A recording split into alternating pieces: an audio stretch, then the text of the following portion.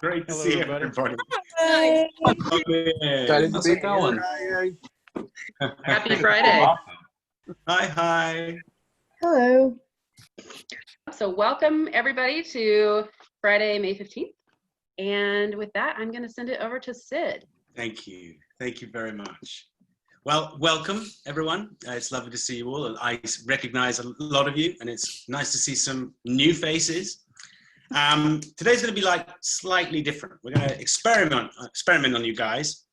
Remember the beginning when we first started this thing, I said it might get really boring if I just keep asking questions to one person at a time for maybe 8 people in 2 hours get spoken to. Well, it didn't get boring. I really love it. I really enjoy doing it. But nevertheless, today we have a special something going to happen, which is going to take about 45 minutes in the middle of everything. And we're going to have a quiz. And I don't know if you know about the tradition of pub quizzes, which the British have, and I'm sure the Americans have bar quizzes. So there will be some tunes and some photographs and some general questions. So that'll happen in about half an hour's time. At that point, I'll hand over to Colin, who is the quiz master, and he's put together the quiz from England. Colin, can you say hello? Can you unmute yourself for a second? Hello, everyone. Hello, there he is. Great. So I'll hand you over to Colin, who happens to be an old friend of mine. Let's get started. And if we may get more guests, depending on what happens, I hope so. And we'll see what happens. First up, we have Rob Moriarty. How are you, Rob Moriarty? What an excellent name. I'm well, thank you. Yes, it's a name that's followed me over the years. I bet. And are you in the UK, as your accent suggests? Yeah, I am. I've been in Leeds, which for everyone who doesn't know is about kind of 2 hours north of the pretty much the centre of England.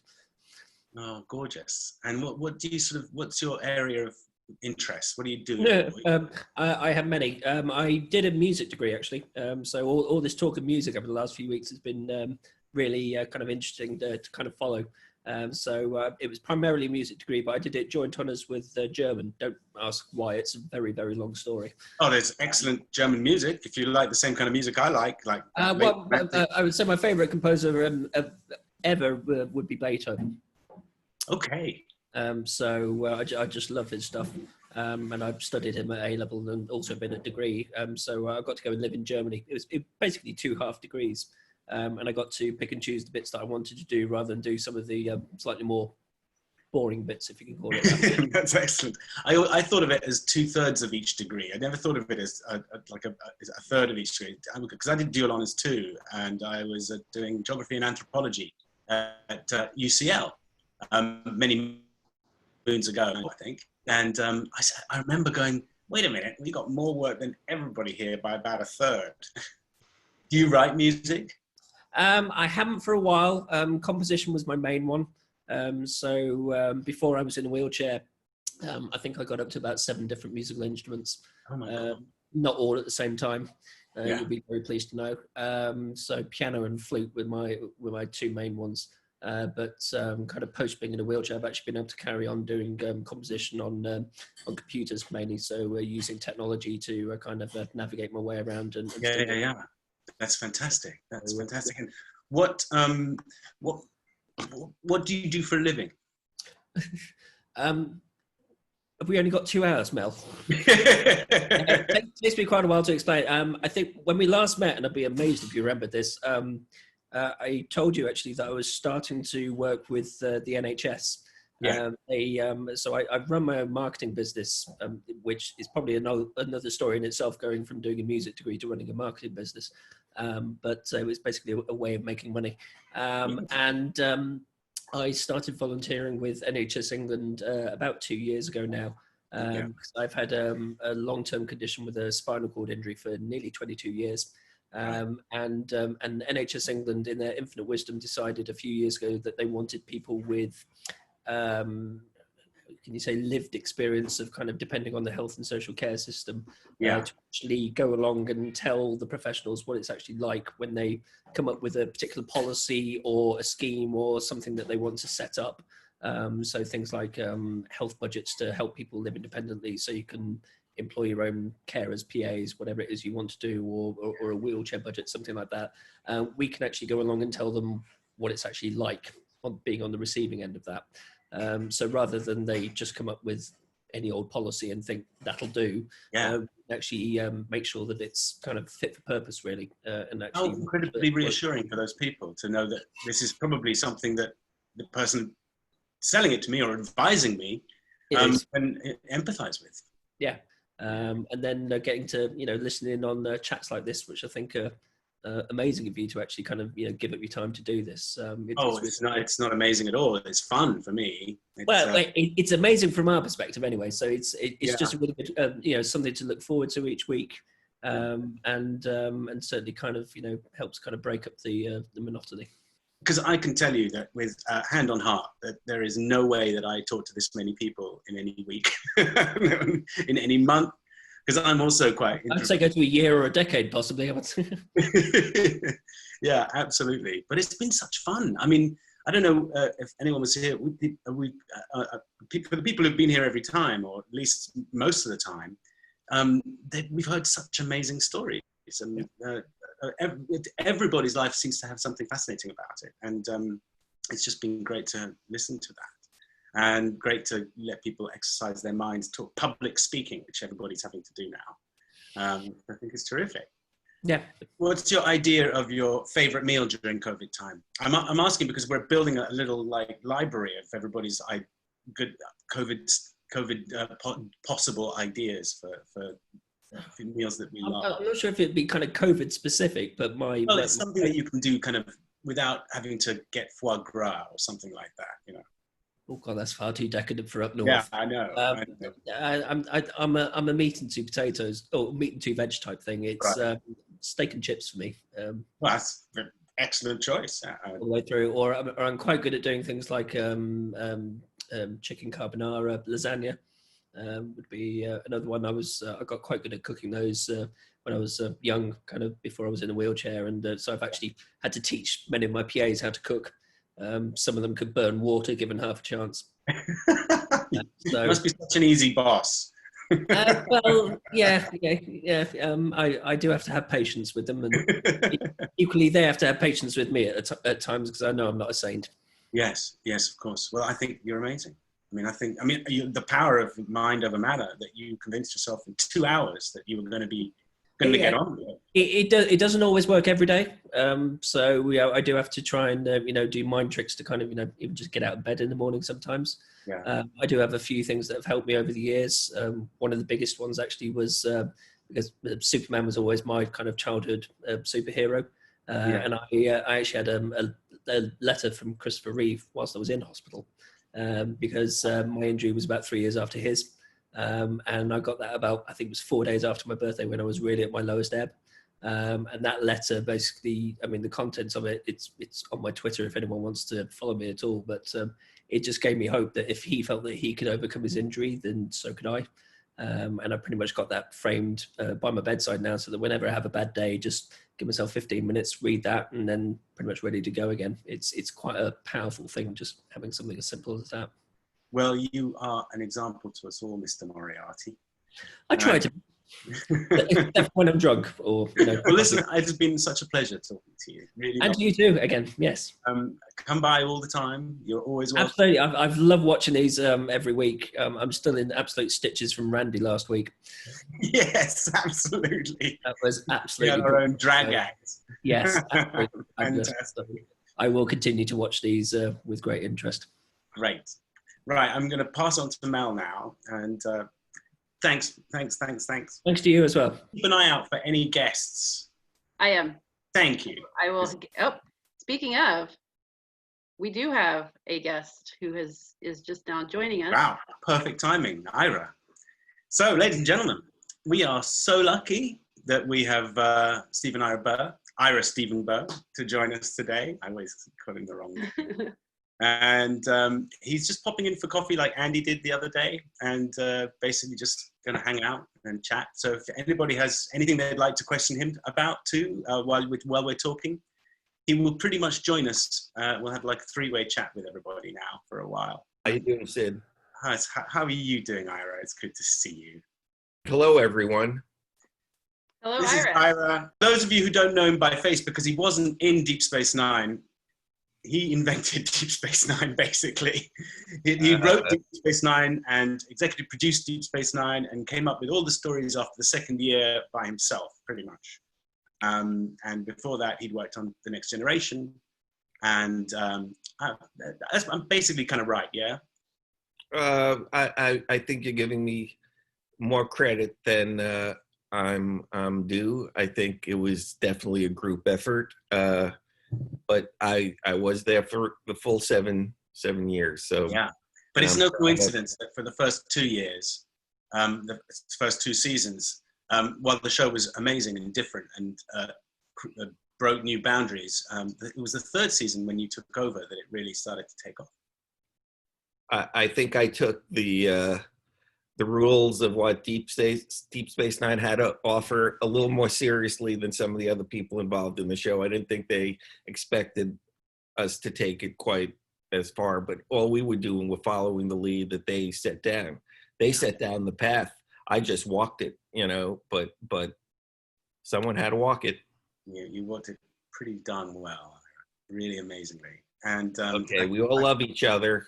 Yeah, we all know that, so that's good. We don't. I give you virtual hugs, Sid. It's always and I mean, I was just talking to a friend of mine today who's actually online. He's going to run this quiz in a few minutes, and he was actually mentioned how that was one of the most fascinating parts to him is how the writers' room worked, because nobody realizes how I mean, yeah, some people realize, of course, but it's hard to imagine how writers' rooms work. Most people in the business do not know how a writer's room works unless they're writers. Yeah. Well, you're going to join me talking to one of our guests. Amel will have someone lined up, and we just chat basically about what's going on. Sure, whatever you want. Great. So Mel, who's our next victim? I have a question. What was it like to work with National Ashbrook for the episode Melora? Did you enjoy that one? Do you remember that one?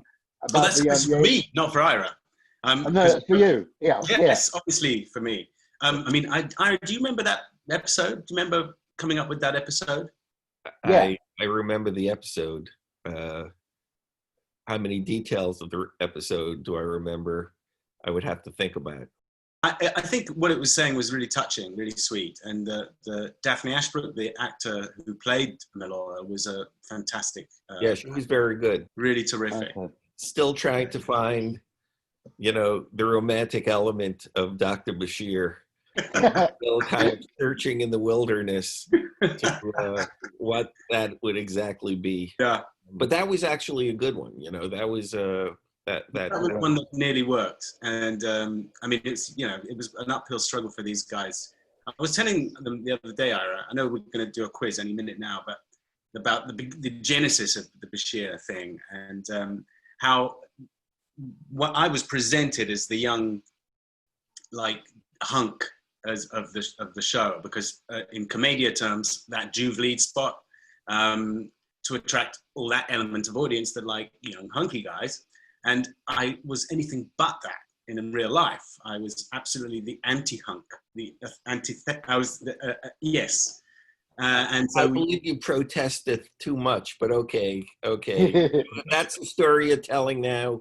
I'm with you 100%. But Sid, you did represent fairly well, you know, in life. It wasn't, you were not exactly, you know, geek material. You were a good-looking kid, and you had a way about you. Okay, all right. Well, I was trying to explain why it never quite worked out until Garak came along, and then Garak, love story that began, that was just out of nowhere. Well, the thing, we undermined you, you know, in a way, because what Michael wanted to do, and I totally was behind it, he wanted to do something different. And when you do something different, it's difficult, which is to make you, you know, an attractive guy, a intelligent guy who knows his job. Obviously, the doctor is you know, there's doctors in Star Trek history, and they're always good at their job. So we knew you were good at their job. But he did want to make you a newbie, you know, someone who wasn't fully formed. And the audience just wasn't used to characters in Star Trek who were not fully formed, who were not like, who they were going to be for the rest of their lives. And you were still searching, and people, you know, you're either a hero or you're, you know, something else. And they didn't know whether you were a hero or you were something else. It was just too interesting a character for them to actually absorb at the time. Yeah. So, you know, they just had to wait until you. I embraced that wholly, and I loved that even at the time.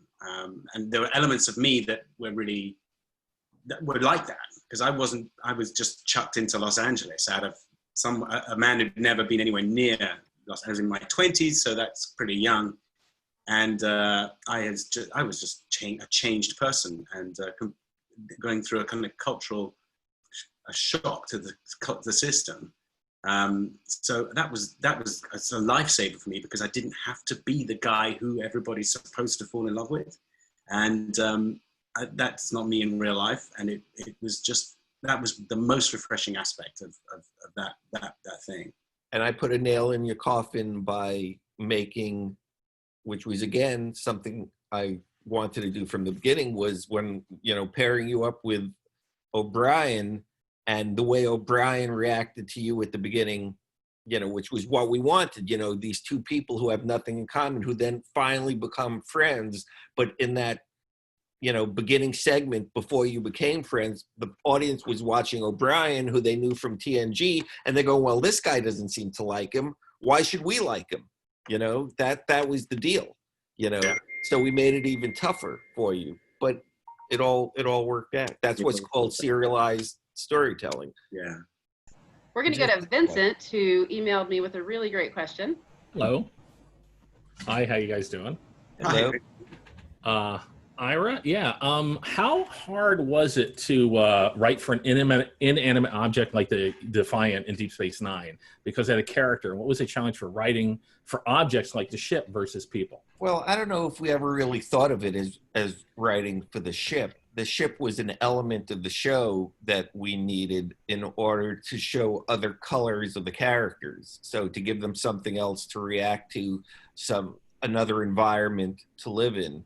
So, you know, we had to fight, you know, the default position was there will not be a ship on DS9, and especially not a tough fighting ship, you know. And it was like, you know, how many times do you have to say you can't fight the Dominion with a bunch of runabouts? You know, it's not believable, and it's silly. So to me, it was the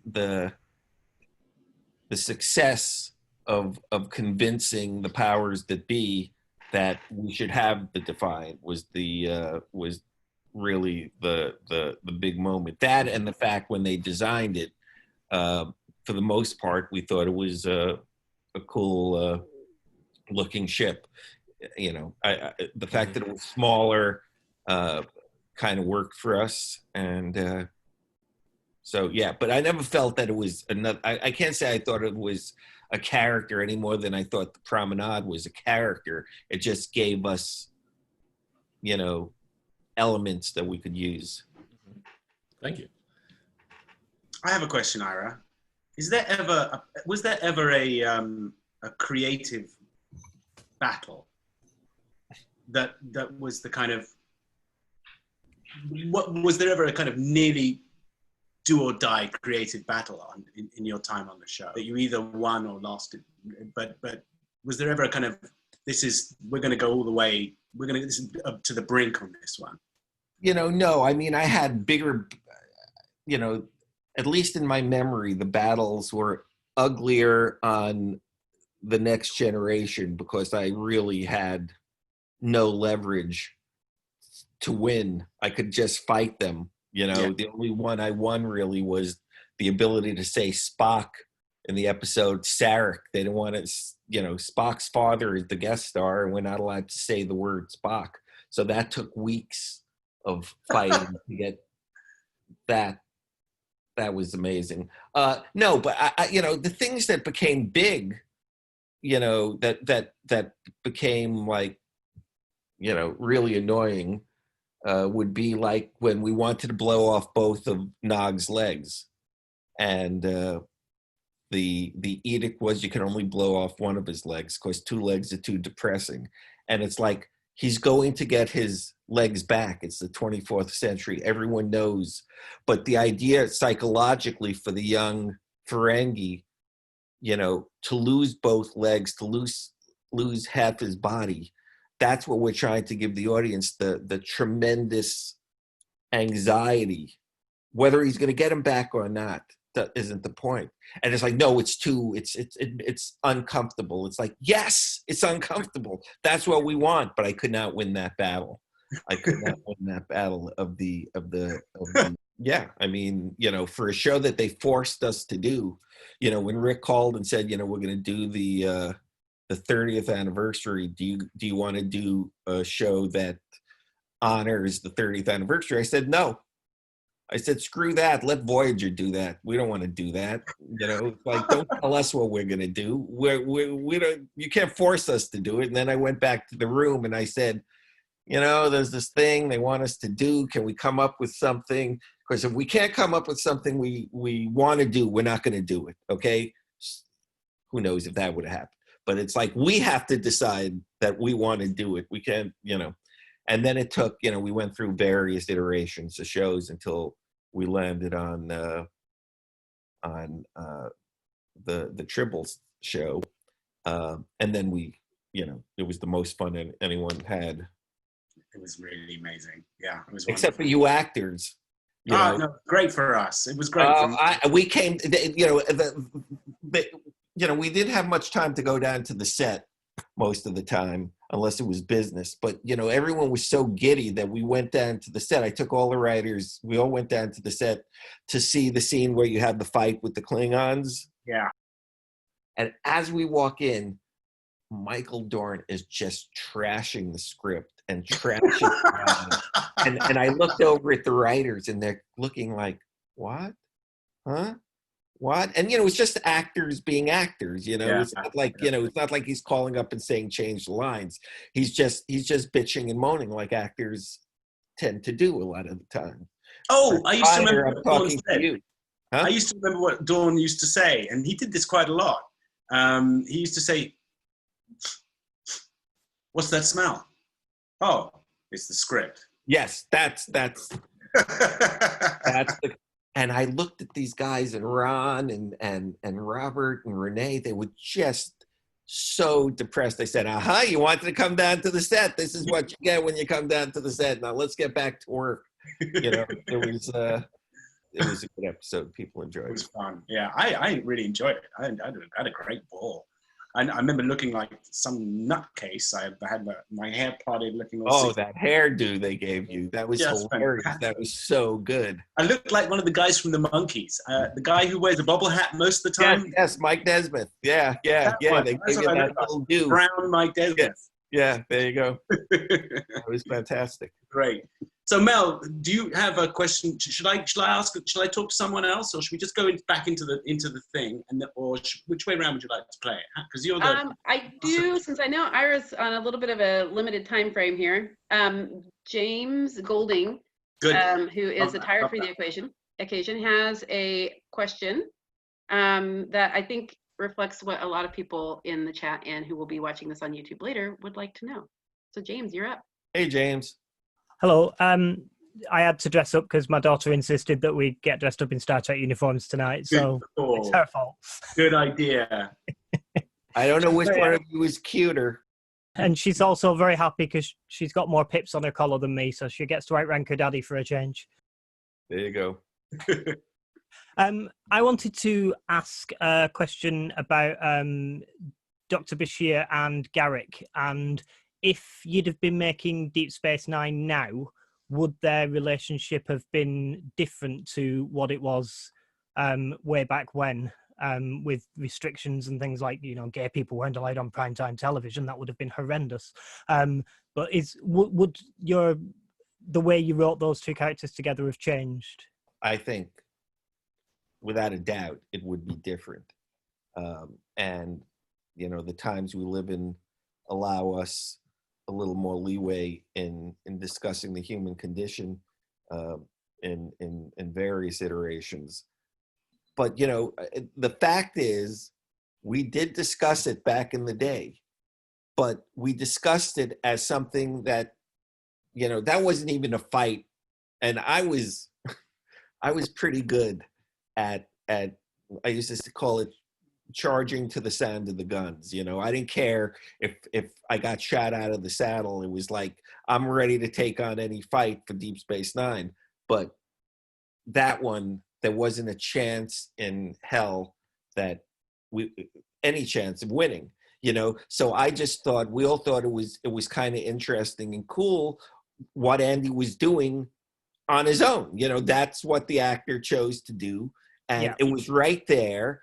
And the fact that, yes, we did an episode where, you know, he had this kind of, whatever you want to call it, a friendship or relationship with Ducat's daughters, but that does not mean that Garak wasn't, you know, queer. He was, you know, but we couldn't do that. So we had to do something with the character. So we, you know, it was the coward's way out, you know, to leave the audience wondering, was that just a friendship? What did he really think about her? But it's so clear that that relationship between him and Bashir was a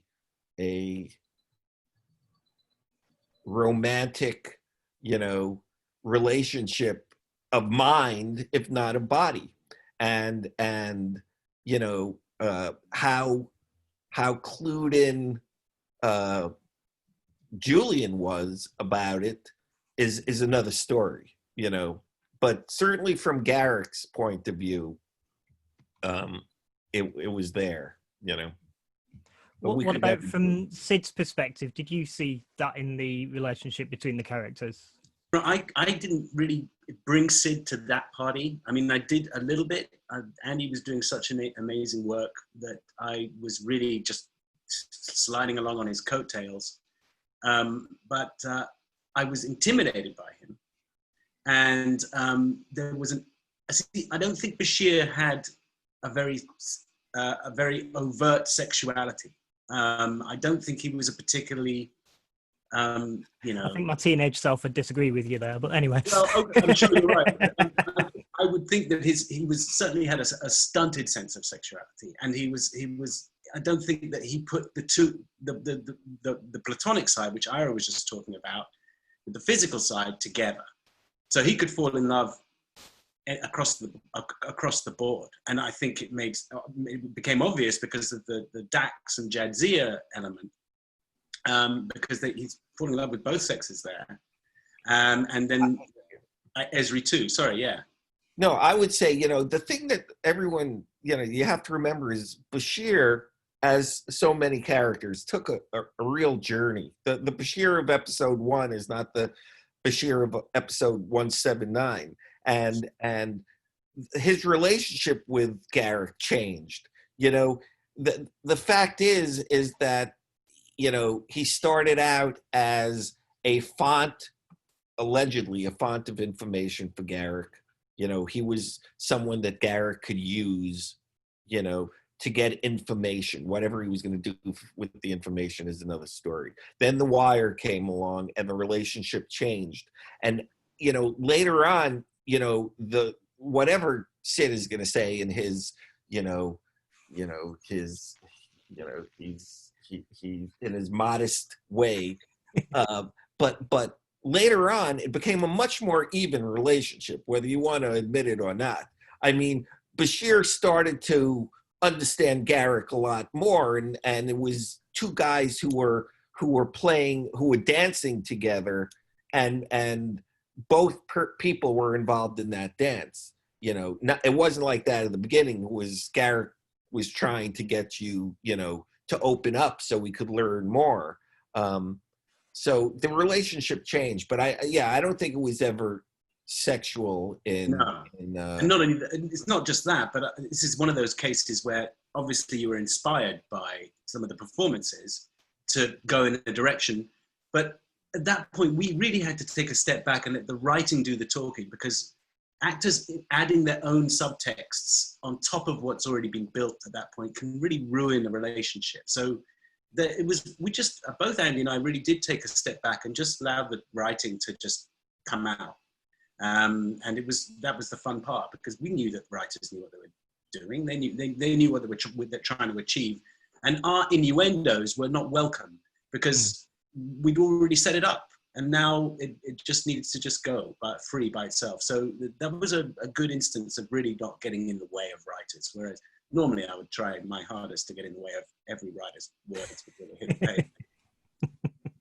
That's brilliant. Thank you. Sorry, it's been burning in my head for a few years, and the opportunity to ask was too bad to miss. You weren't the only one, James. I think that's the most frequent question and comment that I get when people are sending in questions for these chats. So now we've got that cleared up right from the source.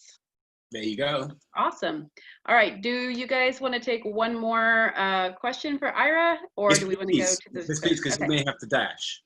Have a slightly easier question. Oh, good. Maybe. One more question. Absolutely.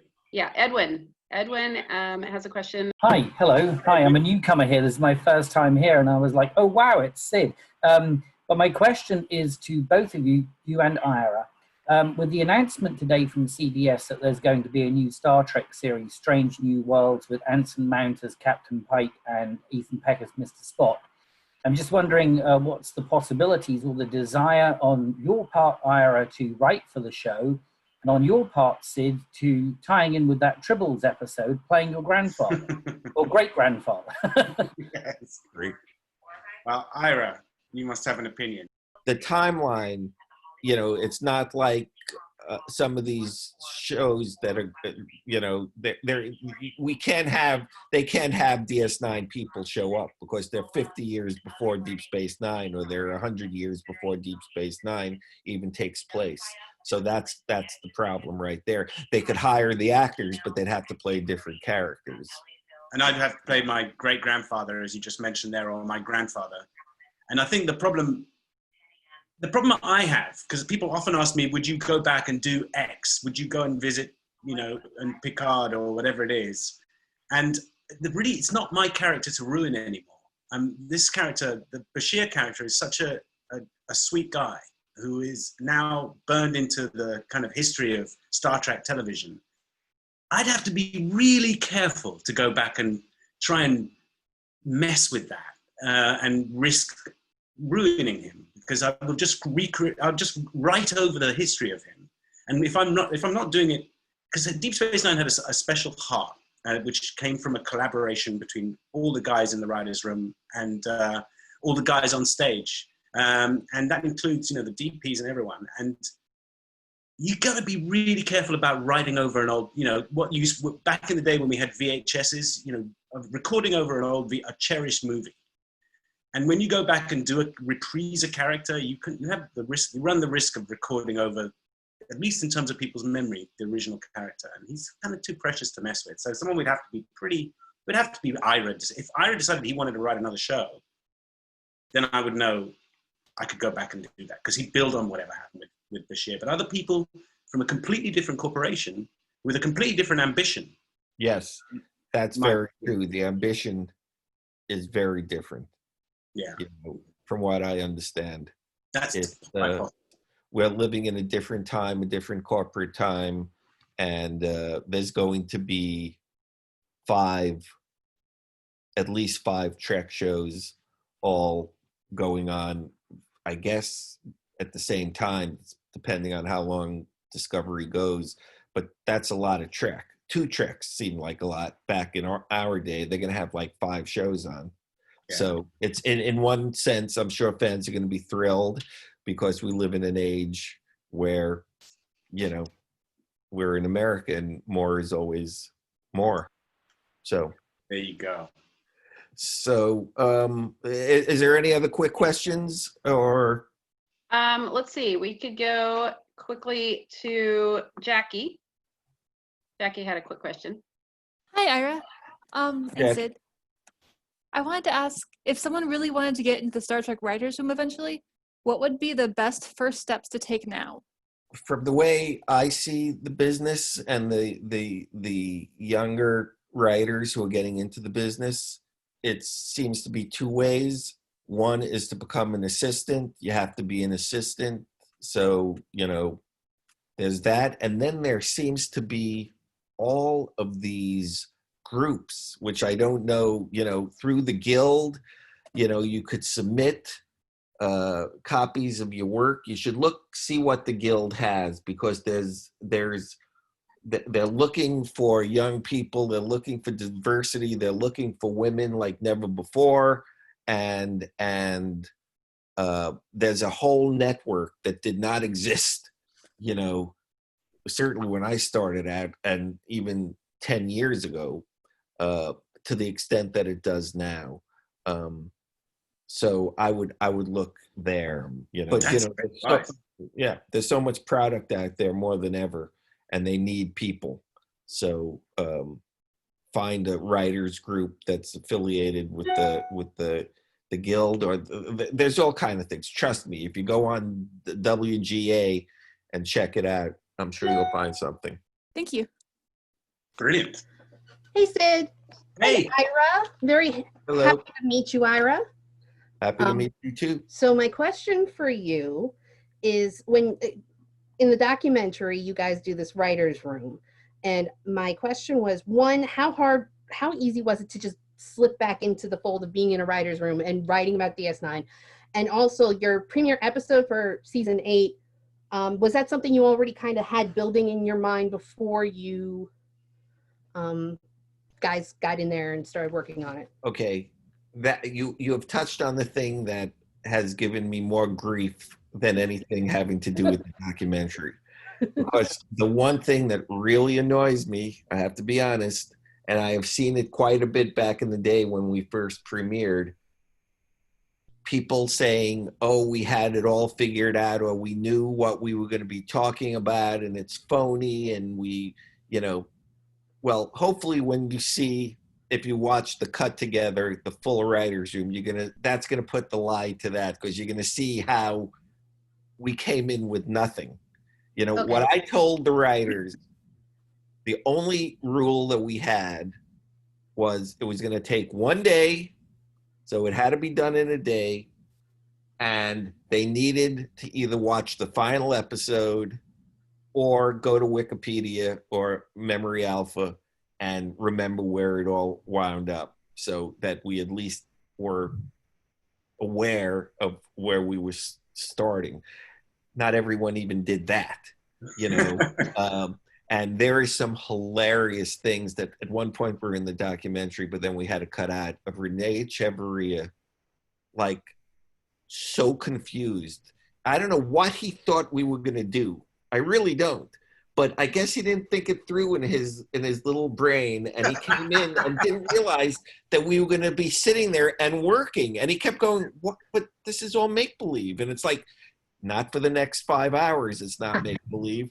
And at one point, there was a great moment that we cut at the last minute that'll be obviously in the full thing, where I start saying, we can't do that because in episode 5, that would mean in episode 5. And he just went, but episode 5, there is no episode 5. There's no episode 2. There's no episode 1. This is all make-believe. What the hell are we doing? So he never quite got on the bus. He never really it was like, he just didn't read the memo. That's what. But no, there was nothing that we did not seed the room. No one knew what the hell was going to happen when we walked in. And it was easy as pie, by the way. After the first half hour, one of the producers, Joe, just the other day when we were talking, said, it took you guys about a half hour to really get the motor running. But after that, you guys, it was like no time had passed and you guys were just breaking another story. Well, I could tell you my jaw dropped when you guys killed Nog in the theater. I think I did scream out. I don't know what I would have done if you killed O'Brien, though, man. That would have hurt my heart. That would not have been a good moment.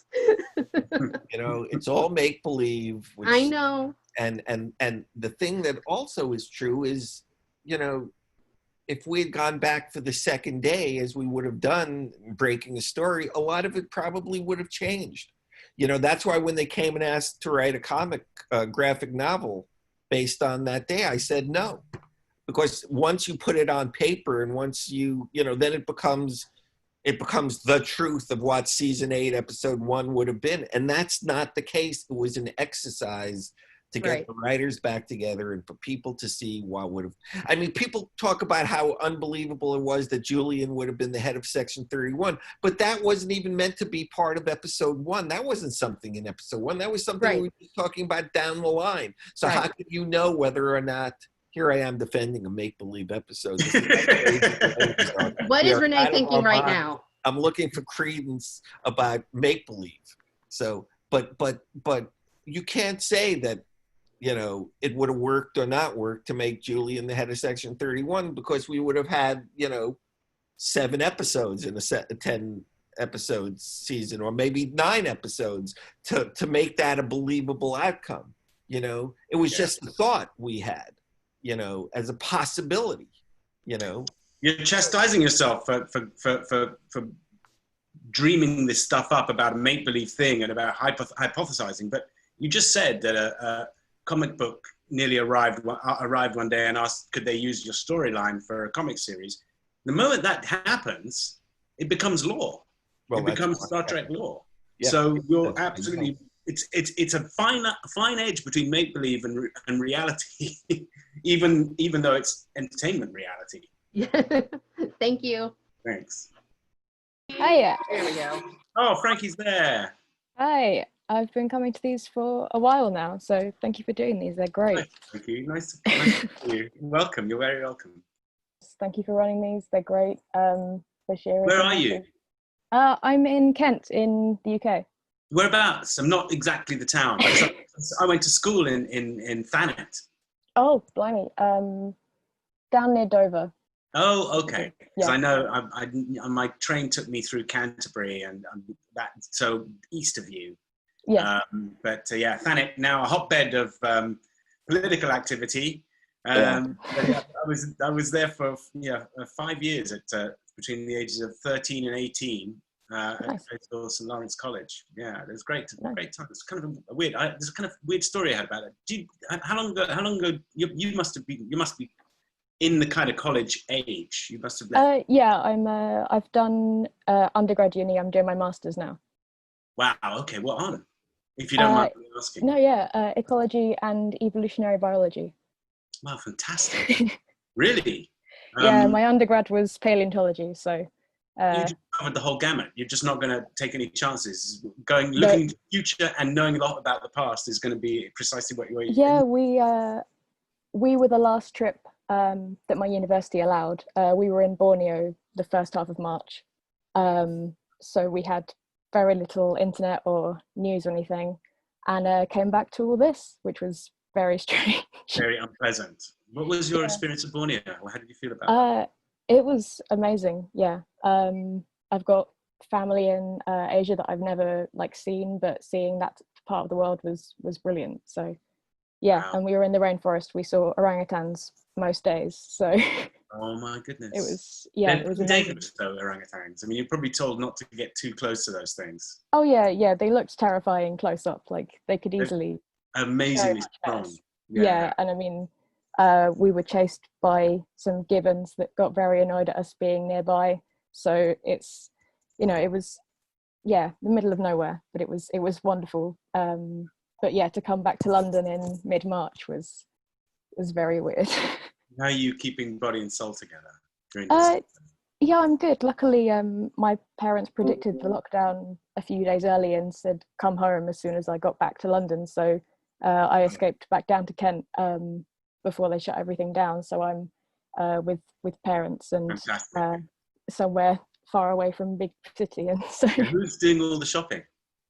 My mum at the moment. My dad's sometimes going, but mum's NHS, so there's a few perks with that at the moment. Yeah, but places early.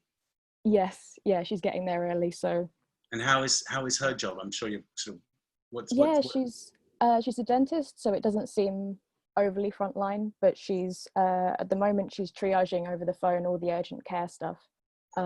So telling people what they need to take and prescribing, and then someone else prescribes it for them, or organizing for them to go to a clinic. But it's intense, but it's nice having someone else in the house when I'm working on my project.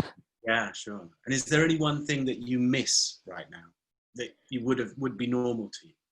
Yeah, I was looking forward to this time. I was at Queen Mary, so I was looking forward to spending time in London, not having lectures all the time. And my little room in Whitechapel is sitting unused and rent being paid on it. So it's pay the rent. You're kidding me. Yeah, my organisation of student housing is one of the only ones that hasn't refunded us. So yeah, That's shocking. Yeah, they took up my rent a couple of weeks ago, and then yesterday I got an email reminding me when to clear out my stuff. So oh boy, you should scream from the painful. rooftops about Yeah, that. there's a lot of campaigning going on at the moment, which is good. But fingers crossed. But who knows at this point? Because I remember being, in my early 20s, just at that period of time when I was just finishing that time of my life, and there was always this enormous pressure to socialize, this enormous pressure to go out and have fun somewhere. And whether that be, and I always hated it. I was always like, wow, I really don't want to go to a nightclub because I don't dance very well. I feel very self-conscious. And I feel as though I'm expected to find a girlfriend tonight. And I'm not in the market for it, or I'm not in the mood. So how do you suppress that natural instinct to want to go out and socialize, to party, to meet people? Yeah, luckily I don't massively have that urge. You're like me. Very antisociable. I didn't go to a club my entire undergrad. Wow. Even though I lived in a little flat opposite one, in third year I was like closing my curtains and going to bed just as I saw people queuing up for them. And so you're already 40. Yes, basically, yes. You don't. I think I was probably a bit more like you. I would have been very happy to stay home and just do stuff at home because I didn't have to go out and interact with people and be charming and things like that. Yeah, I'm definitely interacting more just by being in the same house as my parents than I would be in London without lockdown. So yeah, okay. Yeah, and these every week, which is lovely. How did you get into Deep Space Nine? Because it's always interesting to me that the show finished 5 years ago. Neither of my parents were into Star Trek at all. I mean, I'm massively nerdy, but my dad would turn over to Star Trek and be like, "Oh no, that's like whatever," and just flip over. So I never saw it at all when I was younger. And a friend I met who also did paleontology 2 years above me in Portsmouth got me into Deep Space Nine because he said, "How have you never watched Star Trek? It's the most you thing I've ever watched." Disco was starting, so we started watching Discovery Weekly, and then he said, "Right, I'm going to show you this episode from Deep Space Nine," and then we ended up watching all of Deep Space Nine throughout my second year of university. It got me through second year, definitely. There's 179 hours of it. Yeah. How we know. he convinced me to pick Deep Space Nine to start because Bashir reminded him of me in that he's sort of you look at him, you can't tell where he's from, and he's sciencey and not overly brilliant with people, and Garak being like reptilian and their relationship and everything. So yeah, he got me down to a T, and immediately as soon as you appeared on screen, I was like, yeah, no, I can see that. And it took me a good few weeks before I realized that I'd seen you in Primeval as a child, which was the show that got me into dinosaurs and prehistoric stuff.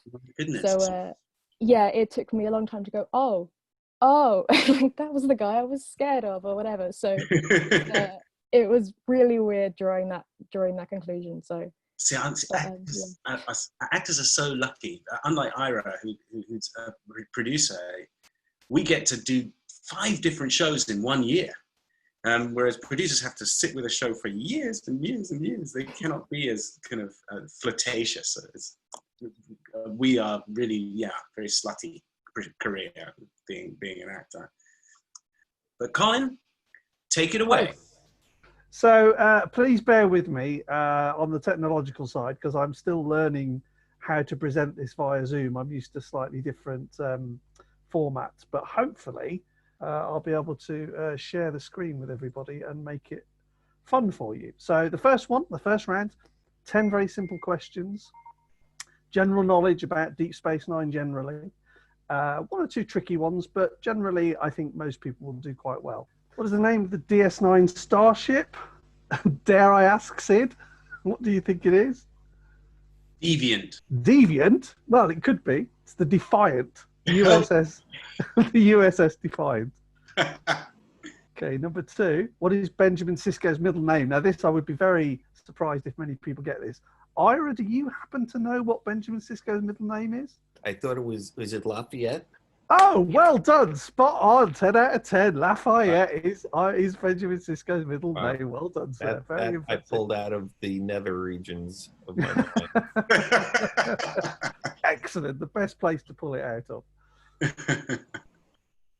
Oh, well, Ira, you should definitely know the answer to this. Which secretive organization recruited Dr. Bashir against his will to work for them? I want to know if Sid remembers.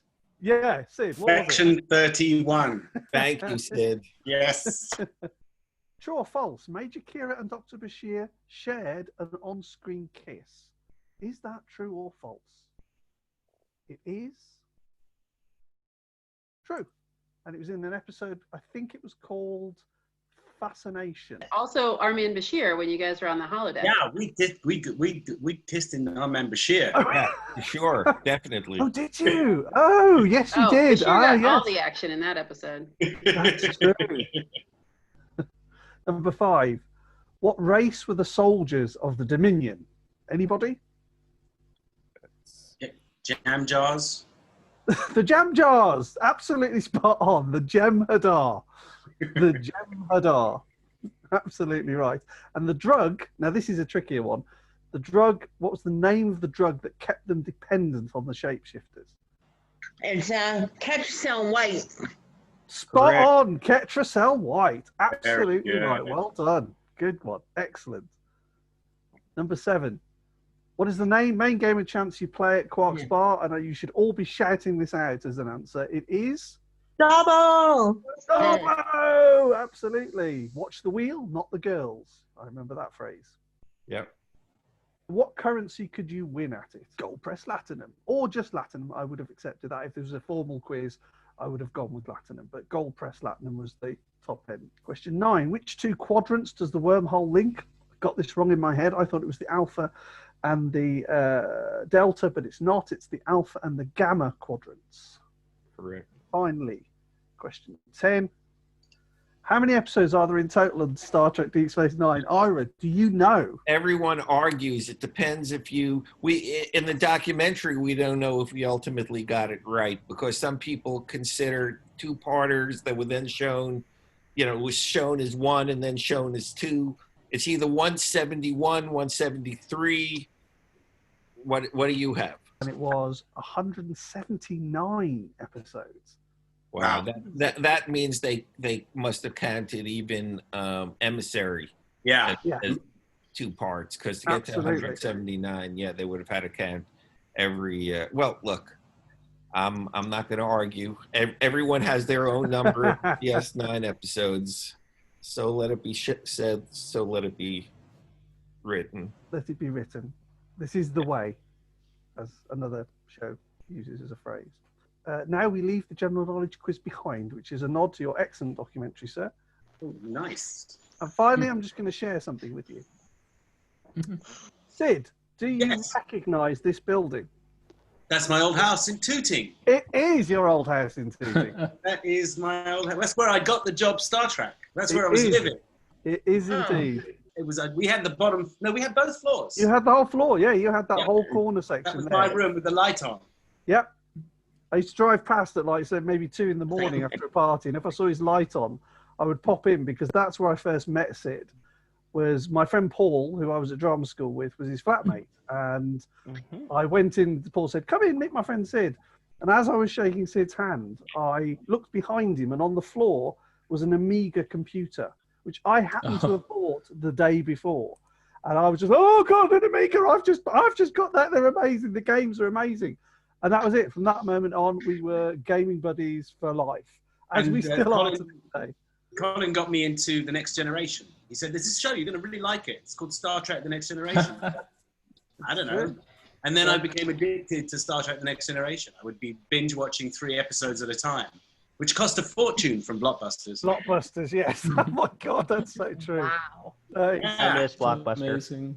Yeah, we actually still remember Paul and I talking about and watching the Locutus of Borg episode, and the three of us saying, God, they like their Brits in these series, don't they? And Sid had the best agent out of all of us, and we were saying, Sid, you should get your agent to kind of, put yourself up for it. Little did we know that years later, not that many, about a year later actually, he'd done a job, and I went round there, and I'd been unemployed for a bit, and Sid had been unemployed, which was really unusual at the time. Paul never stopped working. He just kind of he's in Benidorm at the moment, or was in Benidorm, the TV show, and we were sat talking, and I couldn't understand why Sid was unemployed, because I'd seen him in A Dangerous Man, and I'd said at the time, I said, I don't understand. You're brilliant in that. You wipe the floor with everybody in every scene you're in. If somebody sees that, if I was a casting director, I would have gone, get me that guy. He's brilliant. And thank goodness Rick Berman did exactly that. He saw A Dangerous Man and went, I want him to be our captain. And then called you in. You were a bit young because you'd aged up for the part. And they gave you Julie Bashir, and then history starts. And I shall leave you with that and say thank you and good night. I hope you'll come back, Colin. Oh, anytime. That's brilliant. It's great. Cheers, mate. And that will be a lovely way to finish the end of this lovely chat this week. And I will say goodbye to you all. Until next time. Bye, everybody. Thanks for joining us. Bye. Bye. Thanks again to Colin and Ira. Bye. Bye. Thank you. Thank you, guys. Everybody. Bye. Thanks, bye. Thank you.